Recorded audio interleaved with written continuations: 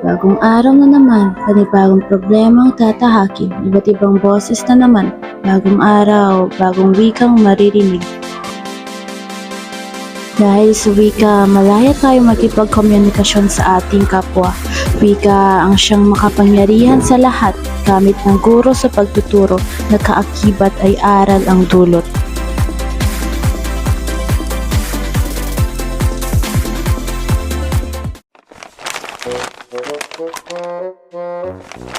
Ha?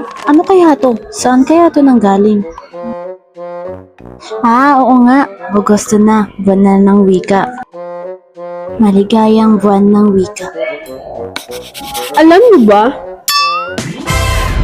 Alam niyo ba tuwing sasapit ang buwan ng Agosto ay pinaghahanda ng mga Pilipino ang buwan ng wika? Tuwing Agosto, bagong tema na naman ang lalayan na sumasalamin sa kultura at tradisyon ng Pilipinas. Halina't sumama kayo sa pagtuklas kung ano nga bang wika. Ano nga bang wika?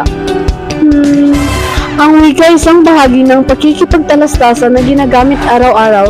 Kalipunan ito ng mga simbolo, tunog, at may kaugnay na bantas upang maipahayag ang naisabihin ng kaisipan. May mga pagkakataon sa buhay natin na di tayo magkakaintindihan, gaya na lang nito.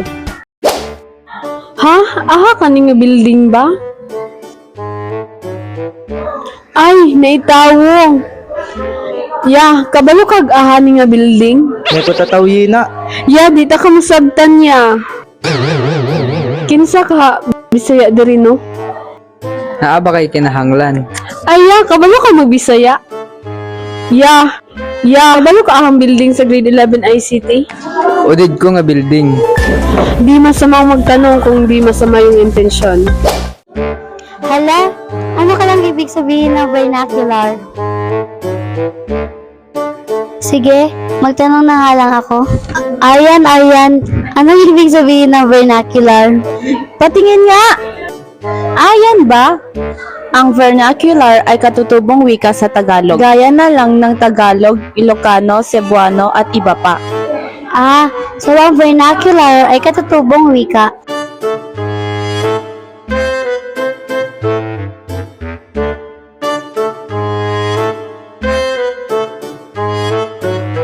Dahil sa pagkakaiba-iba natin ng wika, iba-iba din ang kahulugan ng bawat salita.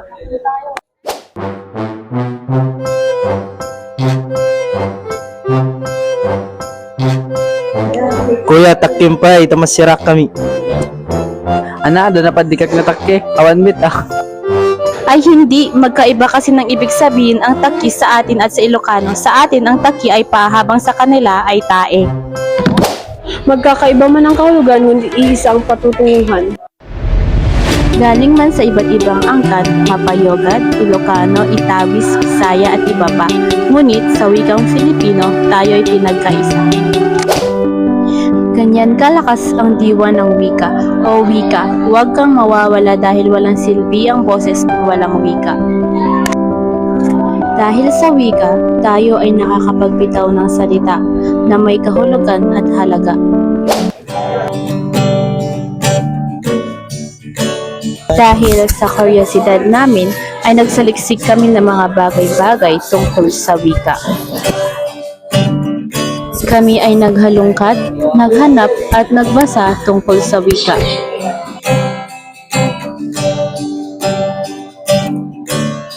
Masaya rin palang pag-aralan ng iba't ibang lengguwahe at wika. Malaya tayong magbigay ng salobin at nararamdaman gamit ang wika. Patunay na kahit magkakaiba tayo ng wika, iisa pa rin ang ating diwa.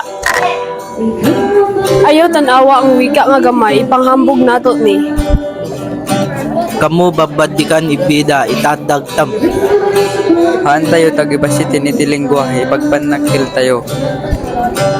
Marino abbabaritan nyo argergoan, ikurog-kurog tera. Membulak pa ni wika, iparayagdam. Maliitin ang wika, ipagmalaki natin. Dakilang wika, puso'y nahalina. Puno ng pagmamahal na siyang nagpupuglod sa lahat ng ilang. Isang daan para sa matiwasay, sa maayos na itim papawid na kay sarap pagmasdan.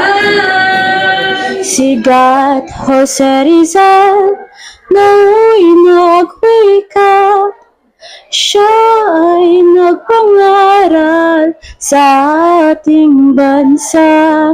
Ang hindi raw marunong magmahal sa sariling wika ay higit pang amoy sa mabahong isda.